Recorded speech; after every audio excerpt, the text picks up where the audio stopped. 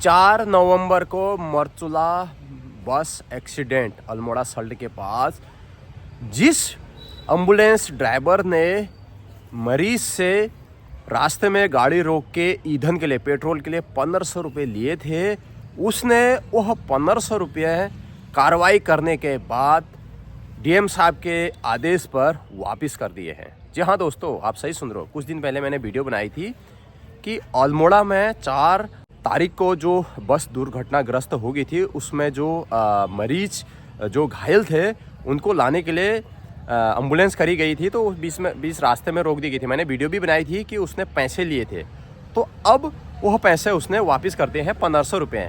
कब करे, कहाँ पर करे, किस तरीके का हुआ, आपको बता देते हैं अपने चैनल के माध्यम से, ताकि आने वाले समय में अगर कोई घायल है तो आप इस तरीके की हरकत ना करें और आप भी सचेत हो जाएं। तो ये जानकारी भरी वीडियो है, इसको ज़्यादा से ज़्यादा शेयर करें, लाइक करें, कमेंट करें, चैनल सब्सक्राइब जरूर करना। पूरी स्टोरी बताते हैं कि कब का क्या क्या हुआ, पूरी डिटेल से बताते हैं और उसके साथ अब क्या क्या हो गया। 4 तारीख को बस दुर्घटनाग्रस्त हो जाती है, आप सभी को पता है। काफ़ी उसमें 36 से ज़्यादा लोग वहाँ पर मारे जाते हैं और कुछ लोग घायल होते हैं। घायलों में हैं रमेश रावत जी। एक रमेश रावत जी होते हैं, वो घायल हुए होते हैं और उनको एम्बुलेंस की मदद से हल्द्वानी लाया जाता है। और भी घायल होते हैं और वो भी होते हैं।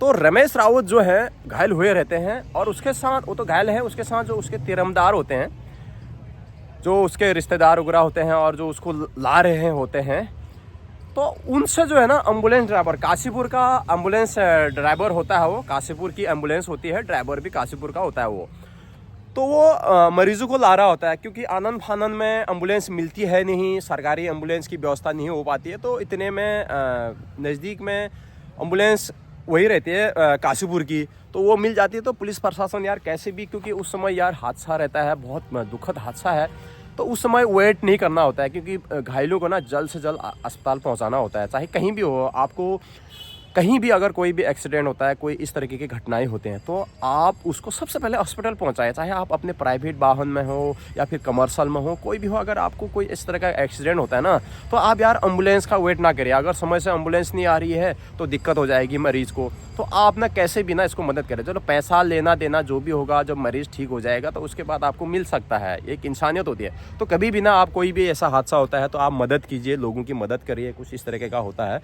तो आप उसमें सहयोग दीजिए, ये नहीं कि आप पैसा मांगिए। तो मुद्दे की बात करते हैं, तो पुलिस प्रशासन वहाँ पर कैसे भी एम्बुलेंस की व्यवस्था करती है। कोई भी एम्बुलेंस, उस समय ऐसा होता है कि कोई भी गाड़ी मिल जाए और इनको जल्द से जल्द यहाँ पर हॉस्पिटल में ले जाया जाए, तो वहाँ पर एक एम्बुलेंस मिलती है, काशीपुर की एम्बुलेंस होती है, ड्राइवर भी काशीपुर का ही होता है। तो उन मरीजों को हल्द्वानी लाया जाता है, हल्द्वानी सुशीला तिवारी लाया जाता है। तो वो ड्राइवर इतना इस तरह का निर्दय रहता है कि रास्ते में रोक देता है गाड़ी को, एम्बुलेंस को रोक देता है, बोलता है कि यार हमको इसमें तेल भरो, नहीं तो नहीं जाएगी, हमारी प्राइवेट एम्बुलेंस है, हम नहीं जाएंगे आगे, ऐसा मतलब करता है। अब यार उस समय घायल रहता है, जो बस गिर गई थी उसमें घायल जो मरीज रहता है, उसको देखते हुए लोग उसमें दे देते हैं पैसे, 1500 रुपये उसको दे देते हैं और वो तेल भराता है और चल देता है। उसके बाद होती है कार्रवाई, एक वीडियो भी वहाँ पर वायरल होती है।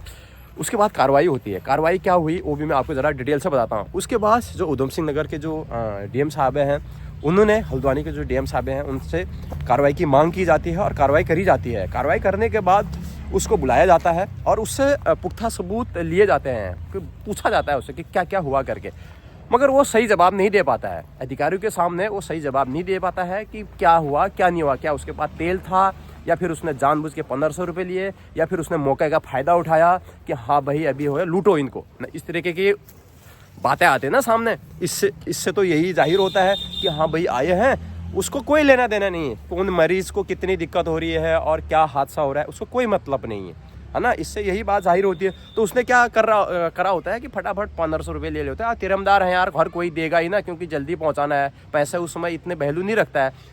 तो उसके बाद उस ड्राइवर को तो पैसे दे देते हैं, सुशीला तिवारी मरीज़ को ले आया जाता है। हालांकि उसके बाद एयरलिफ्ट करके उन मरीज़ों को ऋषिकेश पहुंचाया जाता है। अब लगभग मरीज़ लगभग ठीक है और उनका स्वास्थ्य लगभग ठीक है, अब ठीक हो गए हैं लगभग। तो उसके बाद कार्रवाई होती है, उसको बुलाया जाता है, उसकी पेशी होती है न्यायालय में।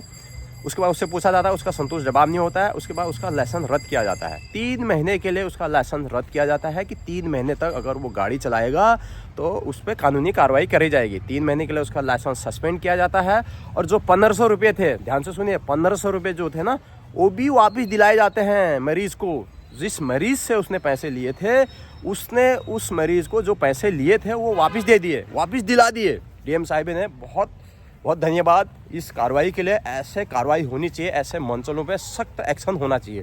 1500 रुपये दिला दिए और उसके बाद उसको बोला है कि तुम 3 महीने तक गाड़ी नहीं चलाओगे, और उससे माफ़ी भी मंगवाई है। उसने सॉरी वगैरह बोला है कि मैंने ऐसा नहीं करना चाहिए, मेरी गलती है, ये वो गिड़गिड़ाने लग गया। उसके बाद यही होता है, जब आप किसी चीज़ में फंस जाते हो, गलती तुम्हारी होती है तो आप फंसी जाते हो ना, तो वो फंस गया। उसके बाद अब 3 महीने तक वो ना गाड़ी चलाएगा, और जो 1500 रुपये दिए थे वो भी वापस कर दिए। तो कैसा किया सरकार ने, आप ज़रूर कमेंट बॉक्स में बताइए। क्या वह एम्बुलेंस दोबारा उसको चलाना देना चाहिए? मेरे हिसाब से तो नहीं देना चाहिए। ऐसे लोगों की तो ना दुनिया में जगह ही नहीं है। जब इंसान के अंदर इंसानियत नहीं बची है, इतना बड़ा हादसा हो गया है और तुम पैसे मांग रहे हो हैं, और उसके बाद जब कार्रवाई होती, अगर कार्रवाई नहीं होती तो कुछ नहीं होता। अब पैसे वापस तो कर लिए उसने, मगर हमको इससे एक चीज़ सीख मिलती है कि कभी भी किसी को पैसा न दें। अगर कोई इस तरह का कह रहा है, आजकल सीएम हेल्पलाइन भी नंबर है, अगर आपकी कोई भी समस्या का समाधान नहीं हो रहा है, आप सीएम हेल्पलाइन नंबर पर कॉल करिए, आपका 101% काम होगा। अब बहुत से लोग कहते हैं ना, नहीं होता है यार, सरकारी काम है, सरकारी ठीक नहीं है ये वो, मगर ऐसा नहीं है। अगर आपके साथ कोई हादसा होता है, अगर आपके लोकल चौकी में आपकी नहीं सुनी जा रही है, उसके बाद आपका कोतवाली में नहीं सुनी जा रही है, तो आपका यहाँ पर दीपक राउत जी कमिश्नर हैं, उनके वहाँ तो लगभग सुनी जाएगी। अगर उनके वहाँ भी नहीं सुनी जा रही तो सीएम हेल्पलाइन में आप कॉल करिए, वहाँ आपकी बात लगभग सुनी जाएगी। क्योंकि जनता को परेशान नहीं होना है और जनता को दिक्कत नहीं होनी है। कहीं भी कुछ हादसा होता है तो हमें आगे आना है। ये जानकारी देना बहुत ज़रूरी था, क्योंकि आपको जागरूक करना बहुत ज़रूरी था। मैंने पहले भी वीडियो बनाए थे तो इसका एंड करना ही था, क्योंकि बहुत से लोगों का कहना ये भी था कि यार उसका वीडियो भेजो, उसका नाम बताओ, उसका गाड़ी का नंबर बताओ, आप पता कर लीजिए कौन चला रहा था। और इस तरीके से जो हुआ बहुत बढ़िया हुआ, इसलिए मैंने यह वीडियो बनाई, क्योंकि ऐसे लोगों के ऊपर सख्त कार्रवाई होनी चाहिए। और कार्रवाई करी भी है, 3 महीने तक घर पर बैठे रहो।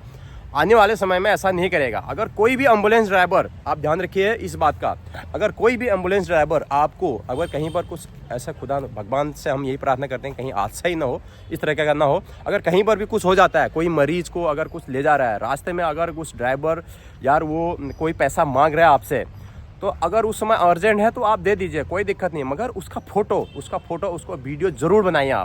आप ज़रूर बनाएं, आपसे रिक्वेस्ट है।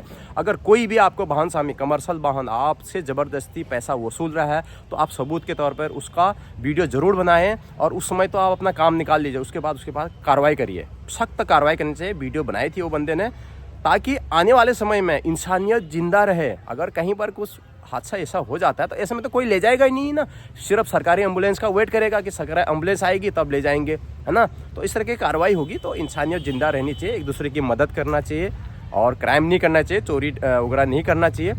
तो इसलिए यहाँ पर सत्यापन वगैरह भी हो रहे हैं। तो इसी क्राइम को रोकने के लिए पुलिस लगातार यहाँ पर काम कर रही है, और लगभग कर ही रही है काम। तो वीडियो कैसी लगी जरूर बताना, छोटी सी जानकारी थी। और वीडियो अच्छी लगी तो वीडियो शेयर करना, लाइक करना, कमेंट करना, अपनी राय कमेंट बॉक्स में ज़रूर देना कि यह सही हुआ या गलत हुआ। मिलते हैं नेक्स्ट वीडियो में। चैनल में नहीं हो तो सब्सक्राइब करके जाना। तब तक के लिए बाय बाय।